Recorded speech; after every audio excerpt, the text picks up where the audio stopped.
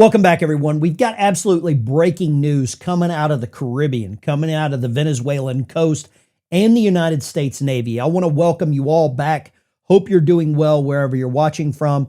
Want to walk you through what just happened calmly, clearly, and without the noise, because this is one of those moments where actions really matter more than headlines. Donald Trump did not hold a rally. He didn't give a long speech. He made a move, and this move is going to have monumental ramifications. That's not talk, that's pressure, and it's the biggest step we've seen yet aimed directly at the Maduro regime, the president of Venezuela. Here's why this matters. Venezuela runs on oil money. That's it. When that money stops moving, everything else starts cracking. The regime has been formally designated for criminal activity tied to drugs, trafficking, and stolen assets. And now enforcement has followed the paperwork. United States naval assets are in place. All assets are active, and the posture doesn't shrink. It expands until behavior changes. You probably saw in the news the other day, United States seized a tanker. That's the part that people are going to miss. This is not going to change until the behavior from Venezuela and from the Maduro regime changes. Just breaking right now across the wires, President Trump is ordering a total and complete blockade of all sanctioned oil tankers going into and out of Venezuela, saying that the armada around Venezuela will only get bigger, and that the Venezuelan regime has been designated a foreign terrorist organization, crossing on all the wires coming from the Trump administration and the president himself. A blockade of all sanctioned oil tankers into Venezuela as we look at some of those drug boat takeouts. That's a significant move around the country of Venezuela. Yeah, I mean, Brett, it's incredibly disturbing. I think this is why you're seeing members of Congress on both sides of the aisle coming forward and saying, you know, we need to understand a little bit more about what the posture is and what the reasoning and rationale is. Well, just breaking right now across the wires, President Trump. Okay, so you heard there. President Trump has ordered a total blockade on all sanctioned Venezuelan oil tankers coming in and out. Venezuelan regime has been designated a terrorist organization for theft, drugs, trafficking. Massive armada surrounds them. 28% of the United States Navy's fleet is in the Caribbean. And you have these news pundits, specifically liberal news pundits, coming out and questioning what's happening. Now, this U.S. tanker seizure has paralyzed Venezuelan oil shipping except for Chevron's. Vessels are idling at ports or veering away from the region, but for Chevron, it's business as usual. Now, that's something I have to question there. I'm not sure why that is, or even if that's true. This is coming out of the Washington Compost, so believe as much as you want. But this is Trump declares the foreign Venezuelan regime a foreign terrorist organization, orders an oil tanker blockade. I'm okay with this. They are bringing in horrible substances to our country, and the only way to stop it is hit these people where it hurts, and that's their wallet. Now, John Fetterman went on with Andrew Cuomo, I think it's Andrew, whichever one, Fredo, let's just call him Fredo, and he responded to the footage that he has been privy to seeing. Here and said it's not just about drugs, it's about oil. And they are the whole regime, the whole country is a foreign terror organization, a total and complete blockade of all sanctioned oil tankers going in and out until they return what they stole from us. What did they steal? And what do you make of this? Yeah, well, what makes it that Iran is involved on that, and Russia is involved on that, and China as well, too. I mean, a lot of these things, I mean, that's sanctioned oil right now, and those are the kinds of funds that support regimes like in Iran as well, too. And now, absolutely, right now, it's not a plan to like a land war and invade Venezuela and that, but seizing those kinds of oil tankers, and it's undeniable that that's oil that's going to support Iran, and those are the kinds of funds that are used, all kinds of illicit things, so terrorism. So So for me, it makes a lot of sense, at least what It's weird that John Fetterman's one of the only Democrats that sees beyond the little bit of conflict, the little bit of hatred that shadows most of these Democrats' judgment making. Now, predictably, Venezuela has responded by scrambling jets. They always do this. It's theater. They wait until the United States aircraft are already gone because they know exactly how that ends if they cross the line. So we've had United States military aircraft flying sorties over the area. Once they're gone, then the Venezuelan narco regime scrambles some planes and tries to posture. Nobody over there wants the escalation, and they know it. Meanwhile, this administration has made something else very clear. The maritime pressure will continue. The interdictions will continue. The enforcement continues. No slowdown, no pause. This isn't about speeches. It's about cutting off the money. And Fetterman brings it up. Venezuela sends money. They send cash to all of these organizations around the world that hates America. And once we cut off that supply of cash, once that happens, regimes like this don't last very long without cash. They can't prop themselves up. They can't fund their networks. They can't hold power the same way. That's just the reality. And if you look for historical context, we've seen this play before. Blockades aren't used casually.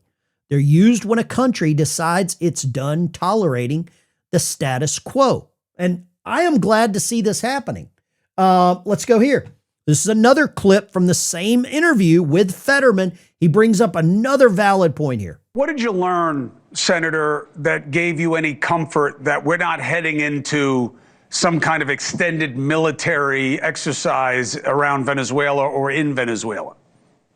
Yeah, absolutely. I thought it was pretty comprehensive, and this idea, some things out in the media, it's kind of putting out this that the military is just picking off any boat that comes across. That's just not true. I mean, there's extensive intelligence, and they know exactly who's on that boat, and they know what's actually on that boat right now. And it's quite frequently they decline to take it and to move on those things. When they move on those kinetic kinds of strikes, they have absolute confidence that who's on it and what's on it, and that's exactly what it's about. So Fetterman and a number of other congressmen and women were briefed on this.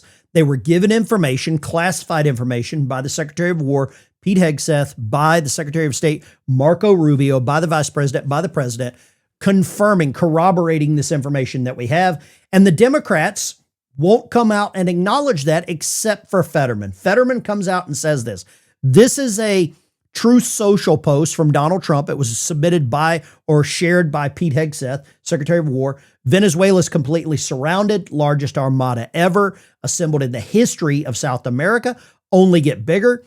The illegitimate Maduro regime is using oil from these stolen oil fields to finance themselves, drug trafficking, murder, kidnapping for the theft of our assets. And they're propping up our enemies. So when you go after the supply, you cut off the head of the snake, then you really put the pressure on them.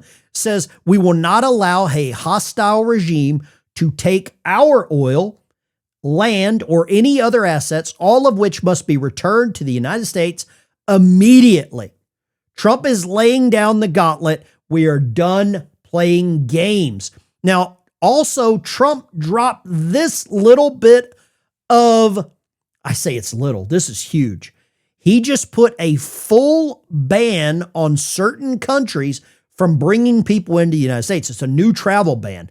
Look at these countries. They all hate us. A little sound bit of advice. Never go somewhere on vacation that they don't give away trips to from the Wheel of Fortune. Look at this. Afghanistan, Myanmar, Chad. I don't know where this is. Haiti, Iran, Libya, Somalia. Ilhan can't go visit her other brother. Sudan, Yemen, Republic of the Congo, Equatorial Guinea, Mali, Syria, Niger, South Sudan, Burkina Faso, Palestinian territory, countries with partial restrictions. Look at this. Venezuela, Turkmenistan. I mean, these are all countries that hate us. Now, here's the interesting part. Some of these countries could be World Cup soccer teams, and they would be banned from coming here to the United States. First reply, why Haiti, but not the Democratic Republic? The Dominican Republic. Dominican Republic and Haiti are one island. One side looks like the Garden of Eden, and the other looks like Sodom and Gomorrah. So that's a very good question. That is a very good question on why the Dominican Republic is allowed and not Haiti, because they share a border with a very large wall. Now, this is Senator Rick Scott, and he came out on CNN and laid down the gauntlet and some real truth on the Maduro regime. All right, he is not, it's not regime change. He's not the president of Venezuela. He stole the last election. He lost it. It was proven he lost the last election. He's an indicted drug trafficker. He needs to be imprisoned in the United States. And what the president is doing exactly what he should be doing, stopping these drugs from killing my kids and my grandkids. I mean, that's where we're at right now.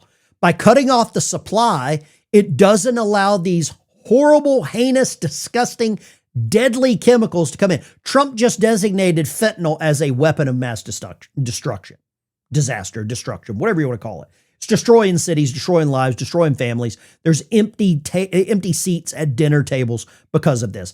These narco-terror organizations have killed more people than the first Gulf War, probably the second Gulf War, and the incident in New York, without a shadow of a doubt. But we've allowed this to happen, and the time is up now. Now, this is the other side of the aisle. A Democrat senator out of Arizona, Senator Ruben Gallego, it sounds like he's advocating for drugs. Be aware of what they're doing. They're slowly putting the pressure on Venezuela so they react. And so the American public gets used to us doing hostile acts. We went from putting sanctions to droning speedboats. And the American public hasn't reacted that bad. So what else are they going to continue doing until we finally find ourselves in war? But let's be clear.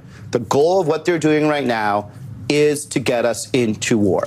They're not going to be able to stop the drug trade. They're not effectively going to have to go after narcos in this way. At the end of the day, all they want to do is get rid of Maduro.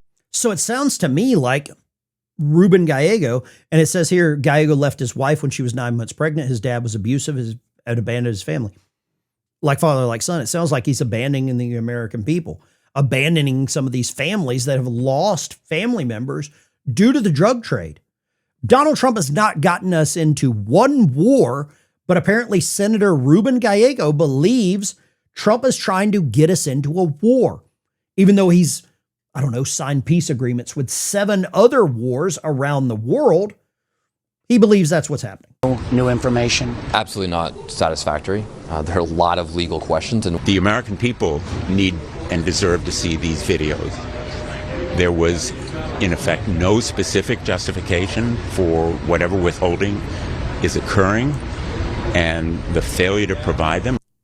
Senator John Kennedy, among those briefed today, he serves on the Judiciary Committee. Senator, great to have you with us today. Would you agree with those assessments that there was no cohesive argument that was made for why these are legal, justified strikes? No. We must have been in a different briefing, or one of us is lying. Rubio was there, Hegseth was there, Chairman Kaine was there, lawyers were there. They were very eloquent, they were very thorough. Here's what I took away from it. These military strikes against narco-terrorists carrying drugs and boats to the United States are legal. They're effective. Traffic is way down. The intelligence on which they are based is exquisitely good.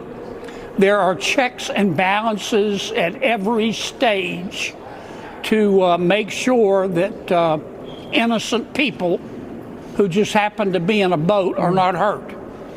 So go ahead. I want to just play this from your colleague, Senator Lindsey Graham, asked about the big picture with what the goal is with regard to Maduro and where this mission is going. Watch. Before we listen to Lindsey Graham, and it pains me to even listen to him, Senator Kennedy was in the same brief that Da Nang Dick was in, and he laid it out completely different. So it's up to you to decide which side of the aisle you're on here, or which side that you want to believe. But these boats, these Venezuelan boats, they're the new Maryland man. They are the new Kilmar Abrego. That's what it seems like to me. Guys, I want to say thank you for tuning in. What's happening in the Caribbean with Venezuela, with this armada, with all of these United States Navy ships, this is only going to ramp up. Donald Trump has had enough of these toxic substances coming into our country. He is taking action to secure our southern border. He is taking action to secure the waterways that are subverting or that will allow people to bring things in. I'd like to get your opinion down below. This is just my opinion on what I'm seeing. This is not news. It's just my interpretive authority on what's going on. As a member of the United States Navy, I've seen some of this drug interdiction. I've got friends that are in the Coast Guard or retired from the Coast Guard. They've seen the same things, and they have told me number of stories, horrible stories, how they have let things go because their government under those previous regimes, Obama, Bush, Clinton, would not allow them to do their job to protect our country. Thank you for watching. I'll see you in the next one.